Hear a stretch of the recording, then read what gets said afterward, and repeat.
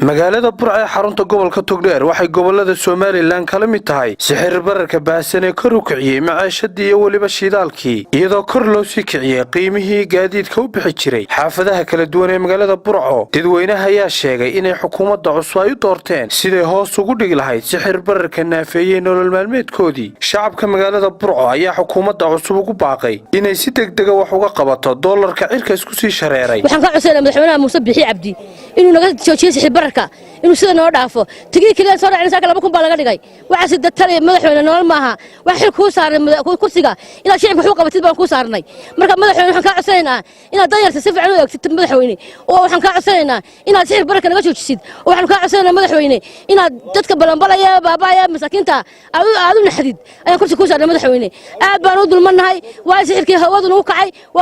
waan baabaayna masaakiin baanu nahay wax kale daa tigti saakan soo raacnay 2,000 laga qaaday mana haysano marka madaxweyne ka codsanayna sixir bararka wax ka qabatid doolarkii kacay inaad taangoyso oo qiimo u fadhiya aad u dejiso aan ka codsanayna madaxweyne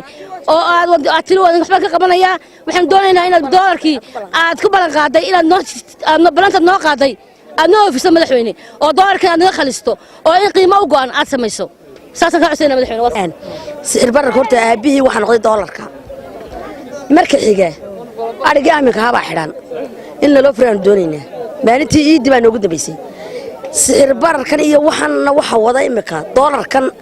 milyanka iyo 200 galay iyo milyanka 100 neefkii ariga markuu 700 oo laana galay ee laantii la eegi waayay doolarku wuxuu doonaa la yiri doolar baa lagu xisaabtamay marka madaxweynaha Soomaaliland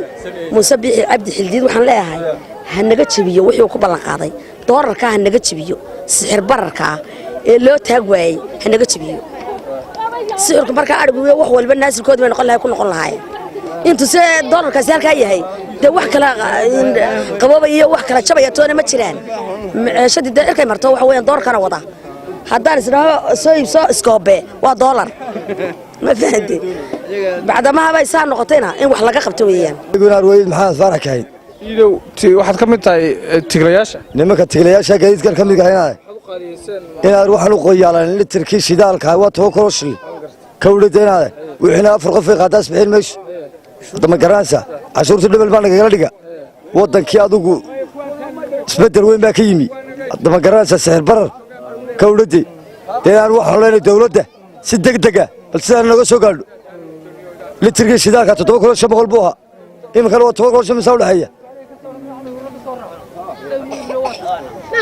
yaa inaade wax weyn ma u dhaxeeyaan markaa waxa loo leeyahay dawladdu si degdeg ah sixir bararkan inay nooga soo gaadho inay wax laga qabato ayaan soo galeen Mahad Cali Goodir Star TV Burco.